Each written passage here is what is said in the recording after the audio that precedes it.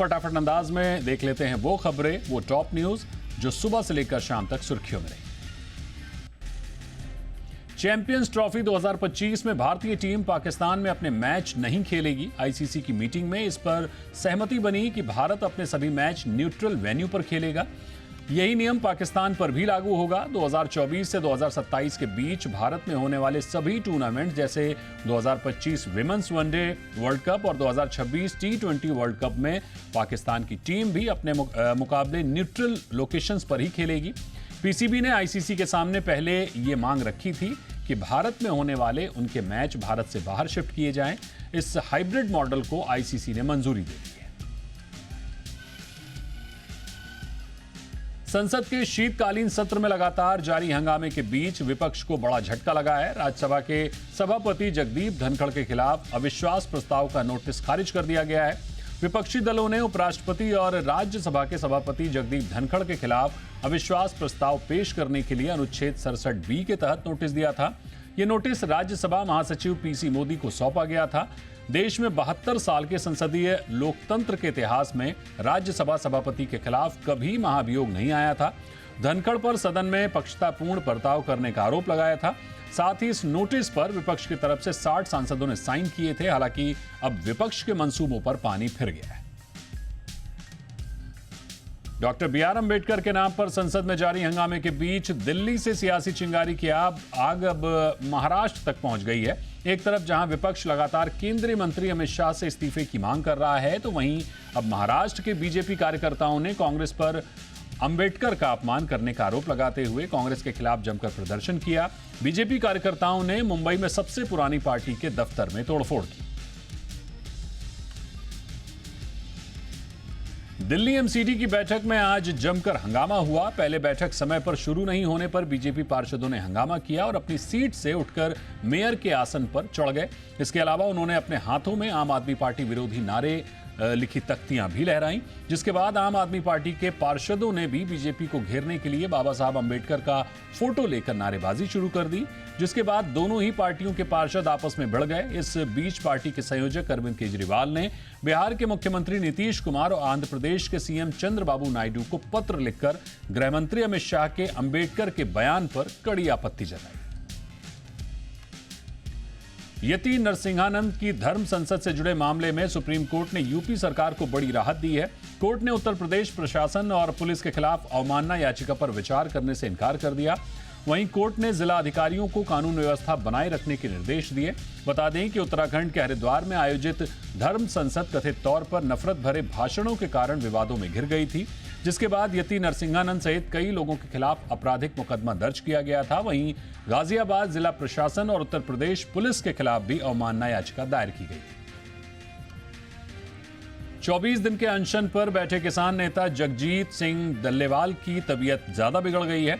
पिछले 2 दिन से डल्लेवाल मंच पर भाषण देने भी नहीं आ पा रहे हैं। तंबू में ही डल्लेवाल के स्वास्थ्य की देखभाल की जा रही है, लेकिन आज दोपहर डल्लेवाल की हालत गंभीर हो गई और वो बेहोश हो गए।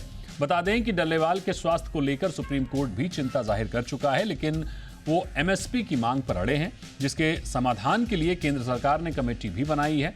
18 दिसंबर को कमेटी और किसान संगठनों की बातचीत होनी थी, लेकिन किसान संगठन इसमें शामिल नहीं हुए। कैलाश मानसरोवर यात्रा को लेकर भारत और चीन के बीच एक बड़ा समझौता हुआ है। पूरे 5 साल बाद बीजिंग में दोनों देशों के प्रतिनिधियों की बैठक हुई, जिसमें दोनों देश के बीच कैलाश मानसरोवर तक बिना किसी बाधा के यात्रा करने पर सहमति बनी है। बता दें कि डोकलाम टकराव के बाद चीन ने कैलाश मानसरोवर यात्रा को रोक दिया था, लेकिन भारत चीन के नए समझौते के बाद पिछले 5 सालों से बंद कैलाश मानसरोवर की यात्रा फिर से शुरू होगी। इसके अलावा एक दूसरे देश से बहने वाली नदियों को लेकर सहयोग बढ़ाने और नाथुला को बॉर्डर ट्रेड के लिए खोलने पर भी दोनों देशों ने सहमति जताई है। अमेरिका ने पाकिस्तान पर बड़ी कार्रवाई करते हुए उसके बैलिस्टिक मिसाइल प्रोग्राम में काम करने वाली 4 संस्थाओं पर प्रतिबंध लगा दिया है। इसमें पाकिस्तान का एनडीसी यानी नेशनल डेवलपमेंट कॉम्प्लेक्स भी शामिल है, जो कि शाहीन सीरीज की बैलिस्टिक मिसाइल बनाता है। अमेरिकी विदेश विभाग ने प्रतिबंध की जानकारी देते हुए कहा कि पाकिस्तान की ये संस्थाएं विनाशक हथियारों के प्रसार और उन्हें बांटने के लिए जिम्मेदार हैं। आज $1 की कीमत 85 रुपए के पार हो गई है। आज डॉलर के मुकाबले रुपया 85 रुपए 4 पैसे के भाव पर खुला।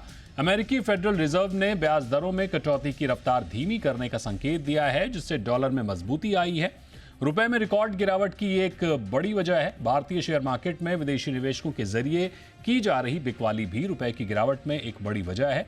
इसके अलावा जियोपॉलिटिकल टेंशंस का भी रुपए पर नेगेटिव असर पड़ा है। आज रुपया 12 पैसे कमजोर होकर 85 रुपए 7 पैसे के रिकॉर्ड लो पर बंद हुआ। इन्वेस्टर्स नॉलेज सॉल्यूशंस की आज स्टॉक मार्केट में दमदार एंट्री हुई। एनएससी पर इसके शेयर 44% प्रीमियम के साथ 1,900 रुपए पर लिस्ट हुए। आईपीओ निवेशकों को शेयर 1,329 रुपए के भाव पर अलॉट हुए थे। लिस्टिंग के बाद इसके शेयरों में और मजबूती दिखी और आखिर में 48% की मजबूती के साथ 631 पर बंद हुआ।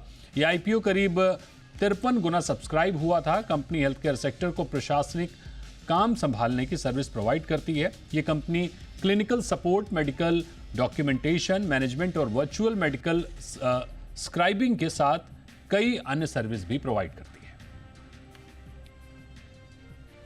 ट्रांसरेल लाइटिंग का आईपीओ भी आज से निवेश के लिए खुला है। पहले दिन यह आईपीओ 2 गुना भरा। कंपनी इस आईपीओ के जरिए 838 करोड़ रुपए जुटाना चाहती है। इसके लिए कंपनी 400 करोड़ के फ्रेश शेयर इशू करेगी। ट्रांसरेल लाइटनिंग ने आईपीओ का प्राइस बैंड 410 से 432 रुपए प्रति शेयर तय किया है। लॉट साइज 34 शेयरों का है, यानी निवेशकों को न्यूनतम 14,688 रुपए इन्वेस्ट करने होंगे। ये एक इंजीनियरिंग और कंस्ट्रक्शन कंपनी है जो पावर ट्रांसमिशन और डिस्ट्रीब्यूशन के साथ मोनोपोल्स और कंडक्टर्स की मैन्युफैक्चरिंग करती है। जी बिजनेस के मैनेजिंग एडिटर अनिल सिंघवी ने लॉन्ग टर्म के लिए पैसे लगाने की सलाह दी है। लो बजट एयरलाइन स्पाइसजेट ने जेनेसिस के साथ मामला सुलझा लिया है। एयरलाइन ने यह जानकारी स्टॉक एक्सचेंज को दी है। स्पाइसजेट ने बताया कि $1,60,00,000 से अधिक का विवाद निपटाने के लिए पट्टे पर विमान देने वाली कंपनी जेनेसिस से डील कर ली गई है। समझौते के तहत स्पाइसजेट जेनेसिस को $60,00,000 का भुगतान करेगी और जेनेसिस 100 रुपए प्रति शेयर के मूल्य पर स्पाइसजेट की $40,00,000 के शेयर खरीदेगी।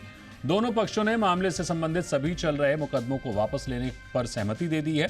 इस खबर के बाद स्पाइसजेट के शेयरों में भारी खरीदारी दिखी और आखिर में करीब 9% की मजबूती के साथ बंद हुआ। 21 दिसंबर को जैसलमेर में होने जा रही जीएसटी काउंसिल की बैठक में एटीएफ के मुद्दे पर भी चर्चा हो सकती है। सूत्रों के मुताबिक जीएसटी काउंसिल बैठक में इस बात पर चर्चा की जा सकती है कि क्या एटीएफ यानी एविएशन टरबाइन फ्यूल को जीएसटी के दायरे में लाया जाए या नहीं। सूत्रों के मुताबिक ऐसी कई बातें हैं जिन्हें देखते हुए एटीएफ को जीएसटी के दायरे में लाने पर विचार किया जा सकता है। दरअसल एटीएफ के 2 बड़े मार्केट मुंबई और दिल्ली हैं। इन दोनों का पूरे एटीएफ बिक्री में 50% की हिस्सेदारी है। इसे देखते हुए एटीएफ को जीएसटी के दायरे में लाना आसान होगा। जी बिजनेस पहले ही सूत्रों के हवाले से यह जानकारी दे चुका है कि बैठक में लाइफ और हेल्थ इंश्योरेंस के प्रीमियम पर राहत के लिए चर्चा हो सकती है।